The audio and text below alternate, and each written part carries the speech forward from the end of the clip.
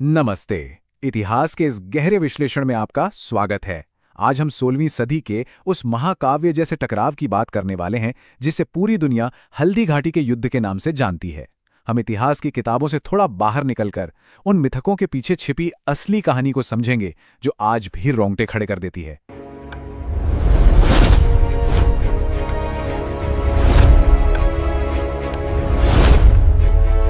तो चलिए बिना किसी देरी के शुरू करते हैं।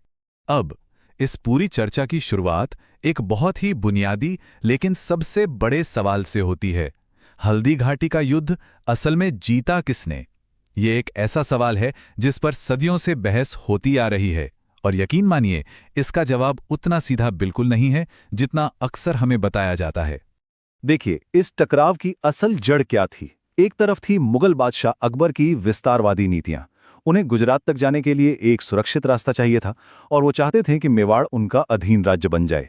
वहीं दूसरी तरफ था महाराणा प्रताप का अडिग स्वाभिमान। उन्होंने अकबर की अधीनता तो ठुकराई ही, साथ ही अपना सबसे प्रिय हाथी रामप्रसाद मुगलों को सौंपने से भी साफ इनकार कर दिया। बस यहीं से इस महासमर की नींव पड़ गई। प्रतिरोध का गठबंधन। अब महाराणा प्रताप के साथ जो ताकतें खड़ी थीं वो कोई मामूली सेना नहीं थी। वो एक बहुत ही दिलचस्प और विविध गठबंधन था जो सिर्फ एक ही मकसद से एक साथ आया था, अपनी आज़ादी की रक्षा। अक्सर इस युद्ध को हिंदू बनाम मुस्लिम की लड़ाई की तरह पेश किया जाता है ना? लेकिन जरा लीडरशिप पर गौर कीजिए। मुगल सेना का नेतृत्व एक राजपूत कर रहे थे, राजा मान सिंह, और दूसरी तरफ महाराणा प्रताप की सेना की अहम टुकड़ियों की कमान एक अफगान मुस्लिम हाकिम खान सूरी और एक आदिवासी भील नेता राणा पूंजा के हाथों में थी। तो असल में ये साम्राज्यवाद बनाम राष्ट्रवाद की लड़ाई थी, न कि धर्म की।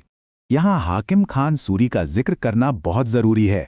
वो एक अफगान सेनापति थे जो 800 से 2000 तोपचियों के साथ प्रताप की सेना में शामिल हुए थे। वो पूरी वफादारी और न्याय के सिद्धांतों के लिए मुगलों के खिलाफ लड़े और हल्दी घाटी में अपना सर्वोच्च बलिदान दिया। उनकी बहादुरी का अंदाजा आप इस बात से लगा सकते हैं कि आज भी खमनोर और रक्त तलाई में उनकी मज़ारें मौजूद हैं। और राणा पूंजा तथा उनके वीर भील तीरंदाजों को हम कैसे भूल सकते हैं? उनका समर्पण इतना गहरा था कि महाराणा प्रताप ने उन्हें मेवाड़ में राजपूतों के बिल्कुल बराबर का दर्जा दिया। सोचिए, उस दौर में ये कितनी बड़ी बात थी। इसी से वो ऐतिहासिक परंपरा शुरू हुई जहां कोई भी नया महाराणा तब तक गद्दी पर नहीं बैठ सकता था जब तक कि एक भील सरदार अपने खून से उनका राज तिलक न करे। हल्दी घाटी का युद्ध। तो आखिरकार वो दिन आ ही गया। 18 जून 1576।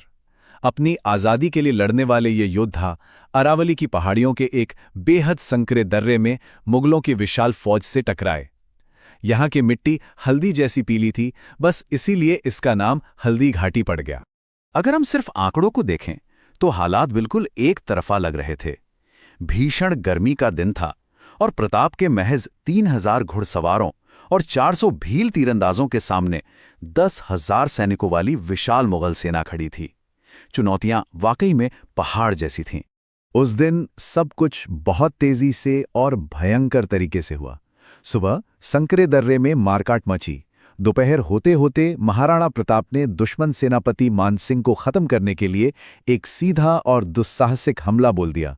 और फिर ढलती दोपहर तक जब प्रताप दुश्मनों से घिर गए तो उनके वफादार सरदार झाला मानसिंह ने उनका मुकुट पहनकर खुद को मुगलों के सामने झोंक दिया ताकि महाराणा वहां से सुरक्षित निकल सकें। चेतक की अमर गाथा। इस पूरी कहानी में उस दुस्साहसिक हमले के केंद्र में एक ऐसा किरदार था जिसके बिना भारतीय इतिहास अधूरा है। महाराणा प्रताप का परम वफादार मारवाड़ी घोड़ा चेतक। रणभूमि में चेतक ने जो किया वो किसी चमत्कार से कम नहीं था। उसने हवा में उछलकर अपने दोनों अगले पैर सीधे दुश्मन के हाथी के मस्तक पर टिका दिए। मानसिंह तो बच गया, लेकिन हाथी की सूंड में बंधी तलवार से चेतक का एक पैर बुरी तरह कट गया। वो घातक रूप से घायल था। इसके बावजूद वो 3 पैरों पर दौड़ता रहा और अपने स्वामी को रणभूमि से दूर निकाल ले गया। 26 फीट। जरा सोचिए, एक कटा हुआ पैर, लगातार बहता खून, और फिर भी चेतक ने रास्ते में आए 26 फीट चौड़े उफनते बरसाती नाले को एक ही छलांग में पार कर लिया। उसने महाराणा को सुरक्षित तो पहुंचा दिया, लेकिन उसके तुरंत बाद उसने अपने प्राण त्याग दिए। अपने सबसे वफादार साथी के यूं चले जाने से महाराणा प्रताप गहरे सदमे में थे। इस सर्वोच्च बलिदान को हमेशा के लिए अमर करने के लिए प्रताप ने बिल्कुल उसी जगह चेतक समाधि बनवाई जो आज भी हमें वफादारी का असली मतलब समझाती है। छापामार युद्ध के परिणाम। अब प्रताप के वहां से सुरक्षित निकल जाने के बाद असली रणनीतिक खेल शुरू होता है।